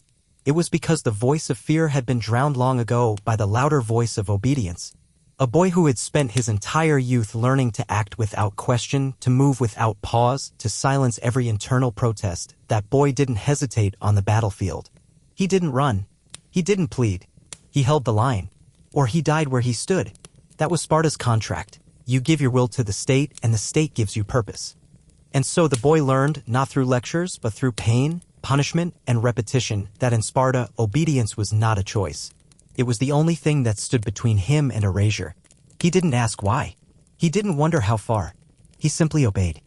In Sparta, the divine was not a distant abstraction. The gods were woven into the very structure of discipline, warfare, and control. For the Spartan boy, religion was not a separate practice reserved for temples or special holidays. It was ever-present, embedded in the rituals of obedience, the rhythm of training, and the silence of suffering. The gods of Sparta were not gods of love or learning. They were gods of strength, sacrifice, submission, and death. Their favor was not won through song or offerings of fruit. It was earned through blood, discipline, and unwavering loyalty to the city. Every step of the boy's training was sanctified. Every pain endured, every lash received, every tear withheld was part of a sacred path, one that brought him closer not just to manhood, but to the divine ideal of the Spartan citizen. To disobey was not only to violate law. It was to offend the gods who protected the city. At the center of this religious education stood Artemis Orthia, the wild goddess whose shrine demanded ritual blood. The boys were taught to respect her through pain, through the infamous whippings at her altar where their screams were swallowed by discipline. The message was unmistakable: suffering is sacred. Endurance is worship. Other gods too stood at the core of Spartan ideology. Apollo, god of harmony, light, and order, was revered not for his gentleness, but for his role in structure. His guidance was sought to maintain balance in the city, in the ranks, in the body. Apollo's presence was felt in choral singing, in precise movement during group drills, in the disciplined timing of marching feet. Harmony in Sparta was martial, never soft. Then there was Athena, goddess of war and strategy. But not the chaotic bloodlust of Ares. Athena's war was intelligent, calculated, refined. She represented tactical excellence, measured response, disciplined strength. Her approval was sought before campaigns. Her name was whispered during moments requiring focus and clarity. For the boys, she was a distant ideal, reason paired with power. Rituals were constant. Every day began and ended with prayers, short, structured, efficient. There were no long chants, no philosophical contemplation of divinity. The boys did not learn myths to marvel at the gods, they learned them to understand what the gods demanded. Before meals, they offered a small portion to the divine. Before training, they saluted shrines. Before combat drills, they uttered invocations under their breath, brief, exact, shaped by years of repetition. These weren't emotional outpourings. They were mental alignment, a spiritual tightening of armor. Festivals too played their role. Unlike other Greek cities, where celebrations meant relaxation, wine, and revelry, Spartan festivals were tests. Physical competitions, mock battles, public endurance trials. Boys participated not to enjoy, but to prove. To the gods. To their peers. To themselves. Perhaps the most significant of these was the Hyacinthia, a 3-day festival that honored both life and death, a uniquely Spartan pairing. The first day celebrated mourning and loss, the second, rebirth and discipline. The boys marched in formation, performed dances of restraint, and sang choral hymns that praised obedience. Their bodies moved in unison. Their voices rose not in joy, but in solemn duty. Joy was rare. Reverence was everything. Every aspect of Spartan religion reinforced the values of the Agoge. There was no forgiveness without sacrifice, no honor without struggle, no glory without suffering. The boys internalized this early. When they bled, they believed they honored the gods. When they endured hunger or humiliation, they imagined divine approval. The line between spiritual purity and physical suffering became invisible. Even death was not feared, it was sanctified. The stories told to the boys were not of gods rescuing mortals or granting wishes. They were of warriors falling in perfect formation, of mothers refusing to weep for dead sons, of boys dying at the altar and rising in reputation. Heaven was not a reward. It was being remembered as Spartan. The Agoge did not offer spiritual freedom. It offered spiritual purpose. The gods were not friends or guides, they were ever-watching judges, measuring every act of discipline, every moment of weakness. To pray was not to ask for help. It was to reaffirm one's loyalty to Sparta. And so the boy prayed, not for comfort, not for escape, but for the strength to remain silent, for the strength to obey, for the strength to suffer in the name of something greater. Because in Sparta, to endure was divine. Among all the shadows cast by Spartan society, none is darker, more feared, or more misunderstood than the Krypteia. Whispered in foreign courts and even among Spartan citizens with a mixture of awe and dread, the Krypteia was not merely a secret service or a form of policing. For the Spartan boy, it was the final crucible, a test of invisibility, cruelty, and absolute allegiance to the state. And it was deadly. The Krypteia was not part of the formal Agoge. It existed beyond it, in secret, in silence, in night. Participation was not guaranteed. It was earned, and only the most capable, loyal, and obedient of boys were selected. Those chosen received no ceremony, no recognition. They were simply informed, "You will go into the wilderness." That was all. What followed was a descent into a terrifying tradition, half training, half execution. The Krypteia's origins are ancient, buried in Spartan myth and policy. But its purpose was clear, to terrorize the Helot population into submission. The Helots, native people enslaved by Sparta centuries earlier, outnumbered the Spartans by a wide margin. Without them, there would be no agriculture, no wealth, no free time for the elite to train for war. But their numbers made them dangerous. The state needed constant control, not through war but through psychological warfare. And so the boys were sent out, alone, armed only with a knife and their training. They wore dark cloaks. No food, no water, no fire. They were instructed to move silently, sleep hidden, observe constantly. But more than that, they were expected to kill. The targets were helots, not soldiers, not rebels. Civilians, often selected not for their guilt, but for their strength, their intelligence, their charisma. The very qualities that made them potential leaders. The boys were told to identify such men and eliminate them. They moved under cover of night, slipping into villages, hiding in shadows. Quiet door creaked. A quick blade was drawn. A breath ended. And just like that, the Helot family awoke to grief, and a reminder that Sparta was always watching. The Krypteia served several purposes at once. It tested the boy's ability to survive alone in hostile territory. It refined his skills in stealth, endurance, and mental control. But most of all, it taught him to kill without hesitation, without remorse, without recognition. There were no medals for this work. No names were ever recorded. In fact, a boy who spoke of his actions afterward could be punished, sometimes executed. The Krypteia was sacred silence. It was state-sanctioned murder disguised as initiation, and to discuss it was to unravel its power. The effect on the Helot population was chilling. They never knew when or where the next attack would come. A father might be found dead outside his home. A respected elder might vanish on his way to the fields. No explanations, no arrests, just silence and fear. The message was clear. Stay low, stay quiet, stay obedient. The boys, for their part, underwent profound psychological transformation. Some became cold, hollow, disconnected. Others thrived, not in cruelty, but in clarity. The Krypteia offered no room for moral conflict. It erased the distinction between war and peace. It confirmed what the Agoge had spent years teaching. Compassion is weakness, Hesitation is betrayal. Killing is survival. Those who returned were changed.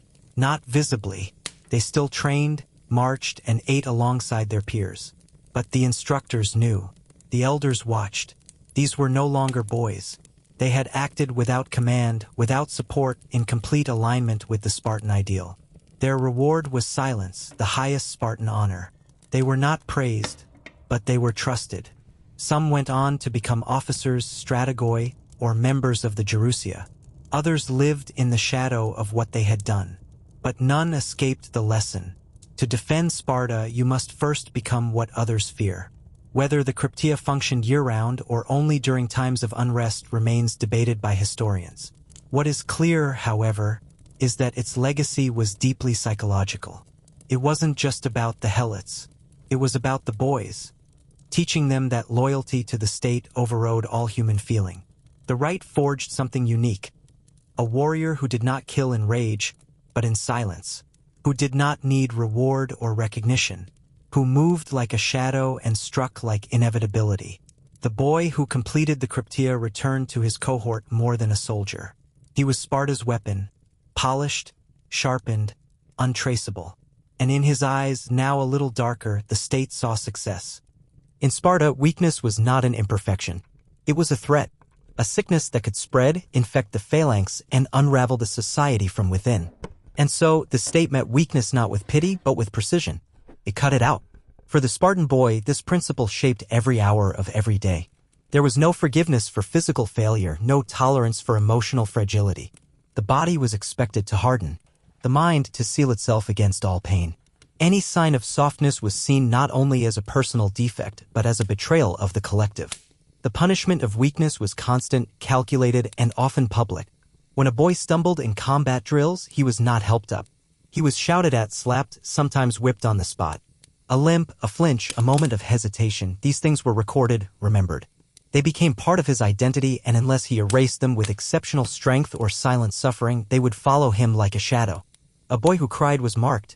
A boy who begged was degraded.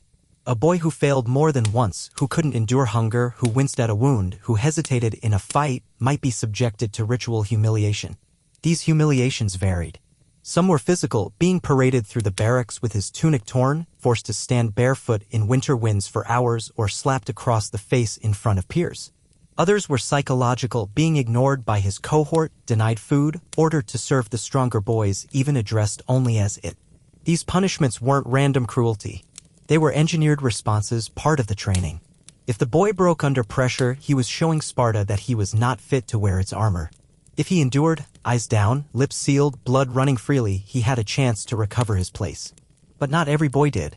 Some were broken completely. Not killed, not yet, but slowly pushed to the margins. They were excluded from tasks, denied the best food scraps, sent to the most grueling drills without rest. Used as cautionary tales by instructors, behold what softness makes of a Spartan. Others were pushed further.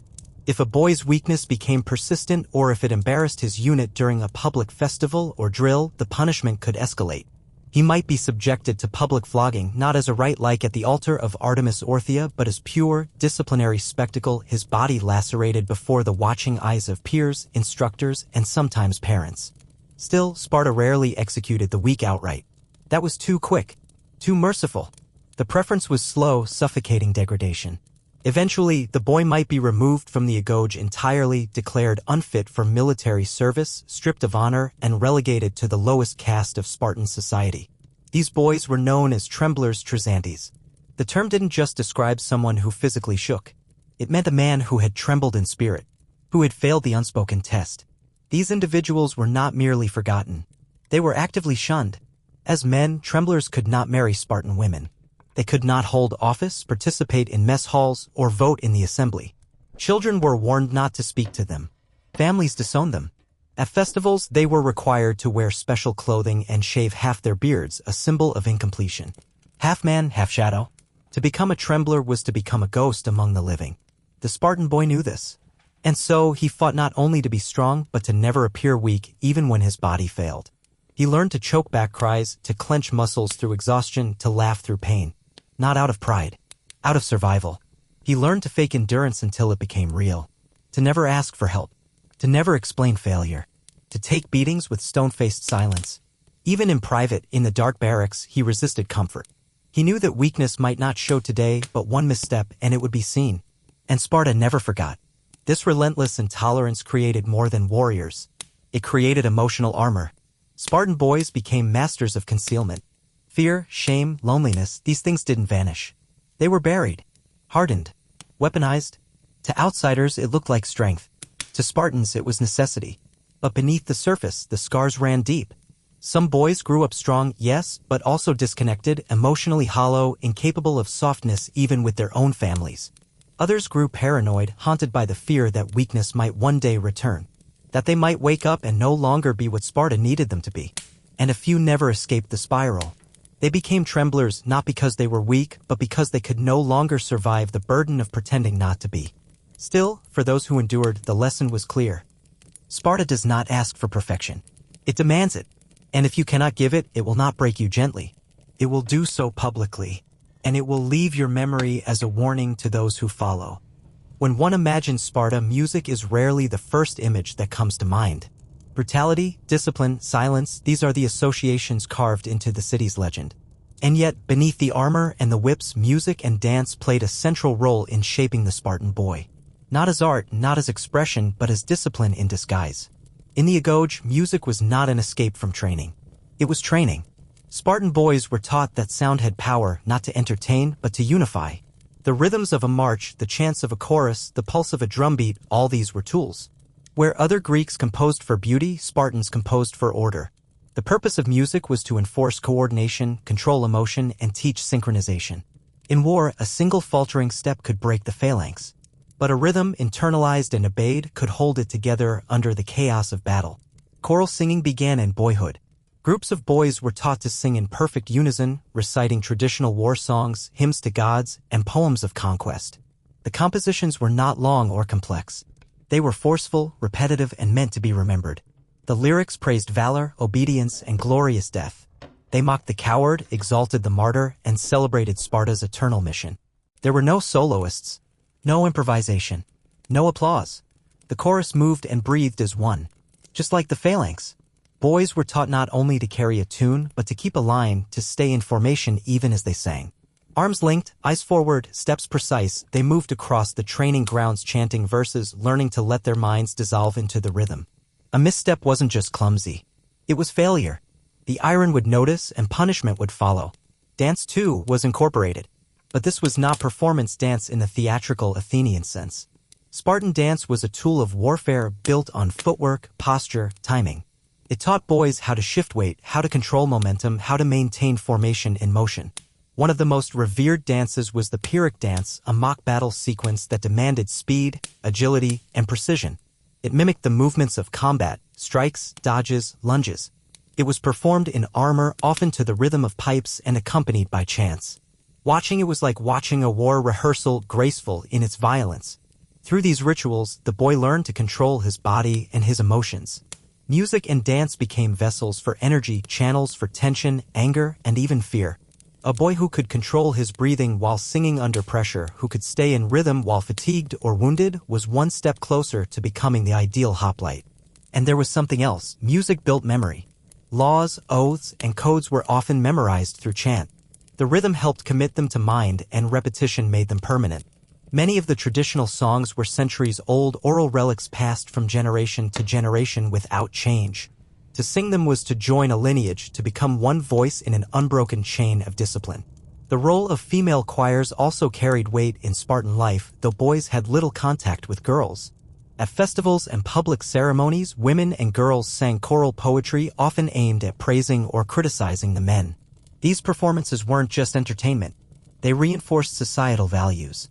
A well-sung verse might call out a coward or celebrate a fallen warrior. The boys who heard them understood that even art in Sparta had teeth. What music never did in Sparta was offer an emotional outlet. There were no songs of longing, no dances of joy.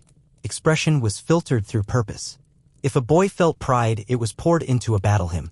If he felt anxiety, it was swallowed by rhythm. If he wanted to cry, he sang louder. Music became a disguise for emotion, a place where feeling could exist, so long as it marched in time. This control was total. Even during festivals like the Gymnopedia where boys and men danced naked in the public square, the goal was not celebration, but demonstration.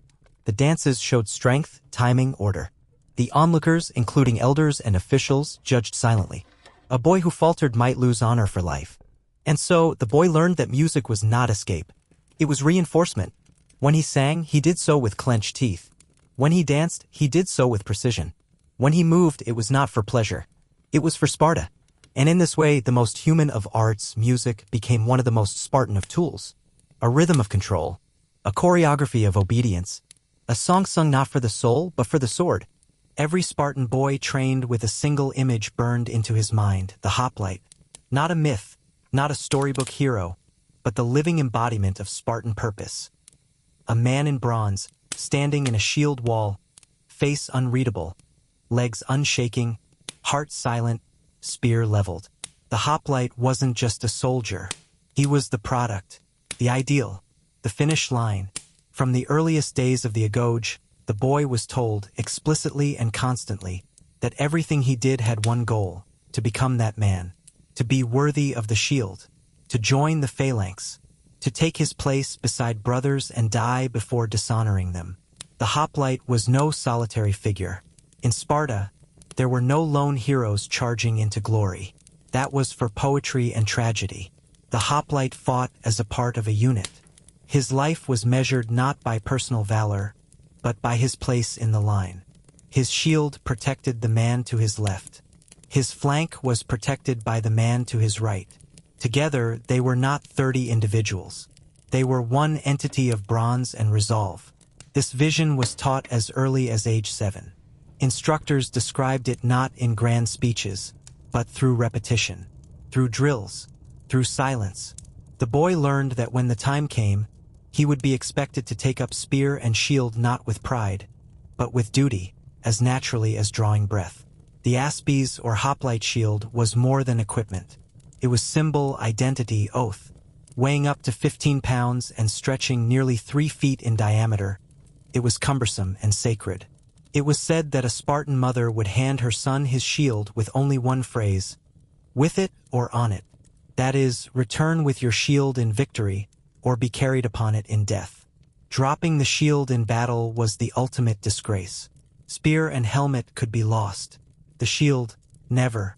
The boys trained to carry their shields long before they were strong enough to bear them properly. Their arms ached, their backs bent. They stumbled under the weight. But each time they dropped it, they were corrected, not with words, but with blows. The message was clear. If you cannot carry the shield, you cannot carry Sparta. The armor, too, became an obsession. The bronze cuirass, the greaves, the plumed helmet. All polished, silent reminders of the future self they were meant to become. The instructors would point to the full panoply hanging on the wall and say nothing. The boys would stare and dream. But the dream was not of glory in the modern sense. It was not about being remembered for personal deeds. Spartan boys were taught that true glory was anonymity in service. To stand your ground in battle, to never break formation, to die in perfect silence. This was the height of virtue. To reinforce this, stories of Spartan victories were recited in rhythmic chants and short phrases. The tale of Thermopylae, where 300 Spartans stood against thousands of Persians, was passed on not as drama, but as example. No tears, no glory speeches, just the facts. They stood, they died.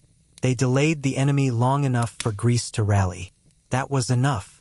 The boys were also reminded constantly of failure, of tremblers, of cowards, of those who abandoned their shields. These men were nameless, faceless, forgotten. Their stories weren't told to evoke pity. They were told as warnings. The boys knew from a young age that to fall short wasn't just to fail. It was to vanish from history. You were remembered only if you did your duty, and remembered only collectively. This collective vision shaped everything. When the boys ran drills, they ran as units. When they chanted in rhythm.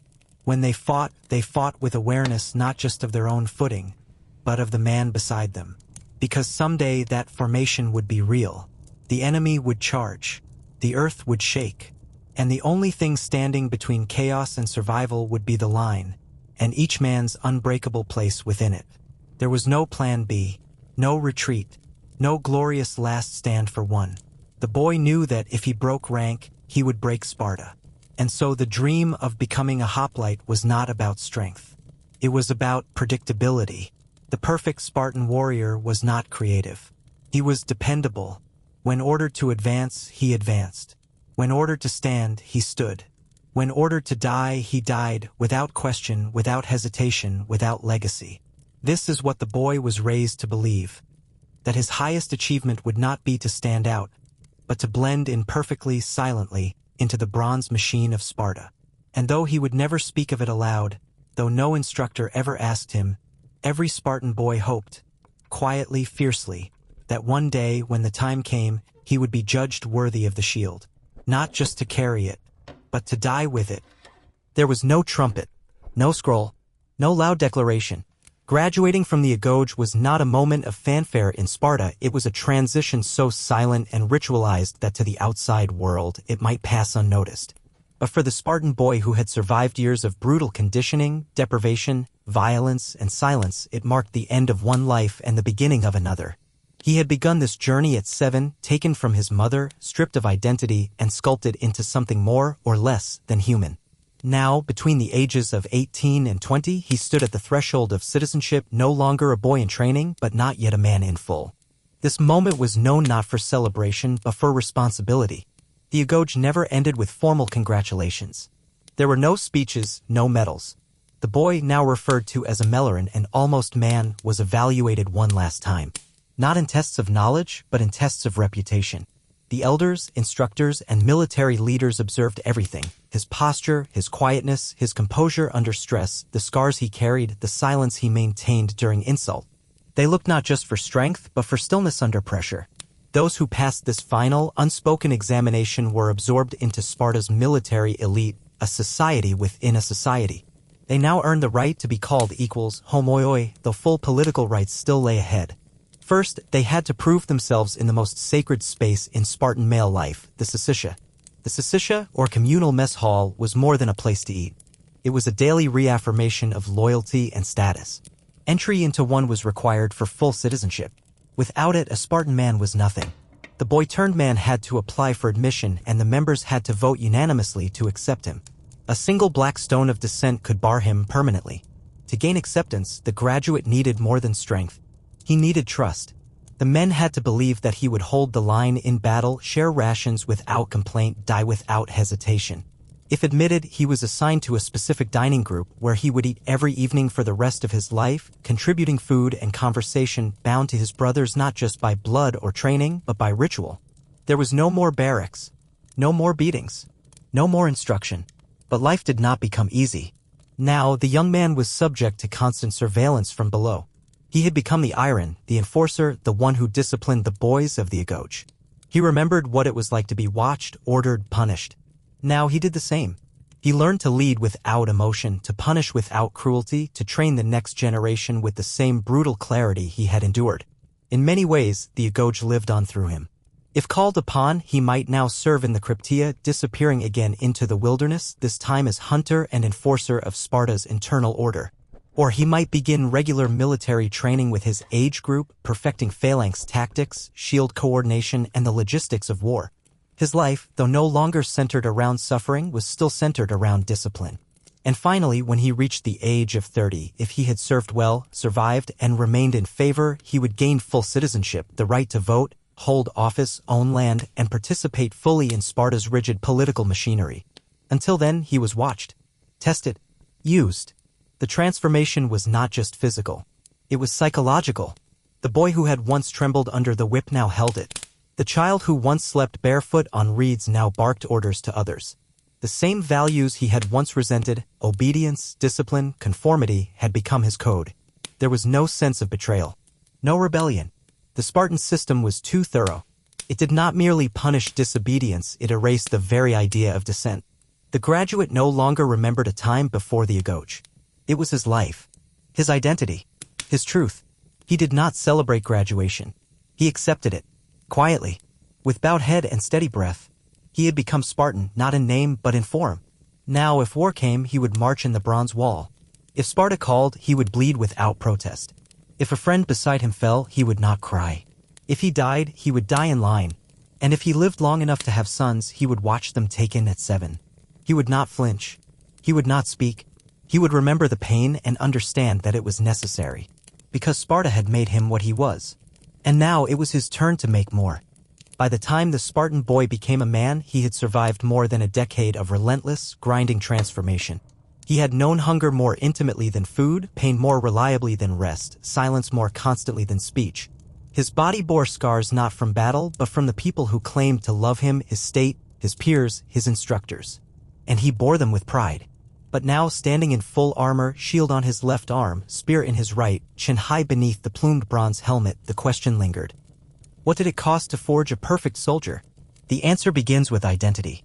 From age 7, the boy was told that he did not belong to himself. Not to his family. Not to his God.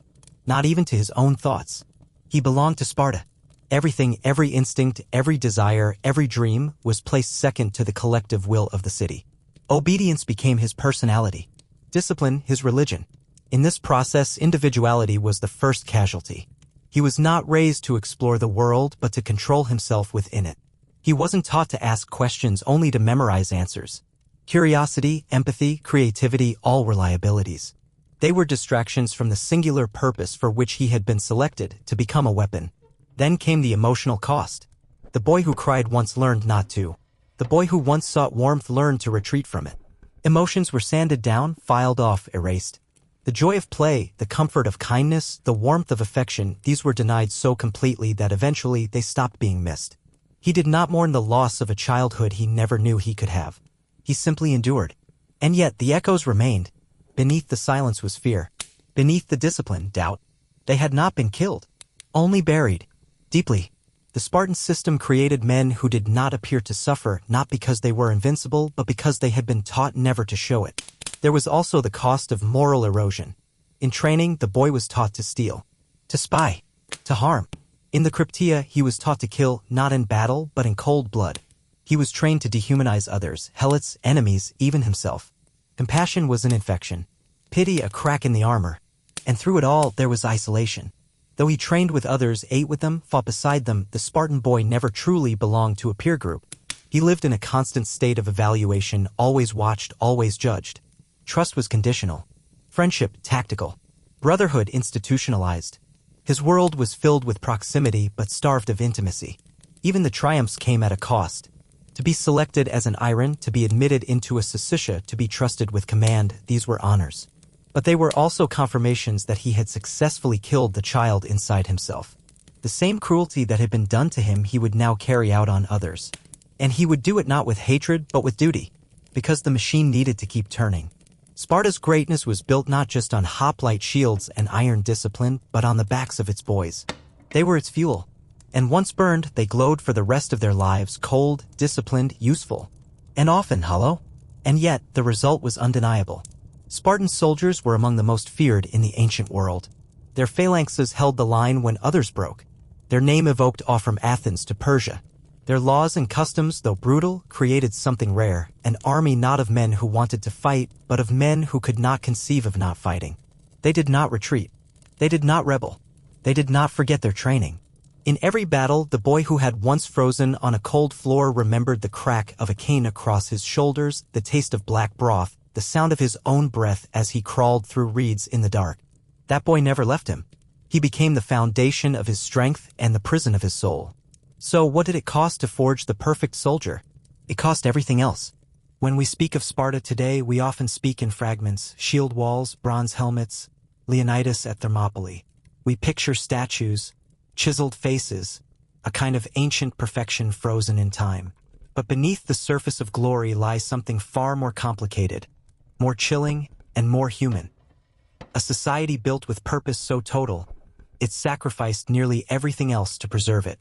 This is the world the Spartan boy was born into, a world where childhood was not lived, but surrendered. To walk a day in his life is not to witness a quaint tradition or a colorful episode of ancient history. It is to feel the full weight of a civilization's obsession with strength. An obsession that began at birth with inspection, judgment, and the possibility of death.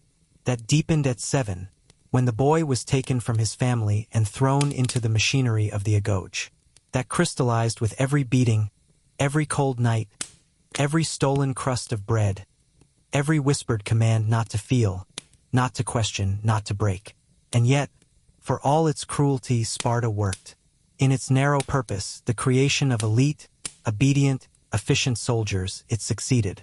No Greek city-state matched its martial reputation. None instilled fear as Sparta did. Its warriors were legends even in their own time. The discipline, unity, and endurance they embodied were not myths. They were the result of real lives, broken, shaped, and remade. But what was gained came at a staggering price. Where other Greek boys learned philosophy, the Spartan boy learned silence. Where others played music for joy, he chanted to stay in formation. Where others felt the warmth of family, he was taught to forget what love felt like. Sparta didn't just train bodies, it suppressed souls.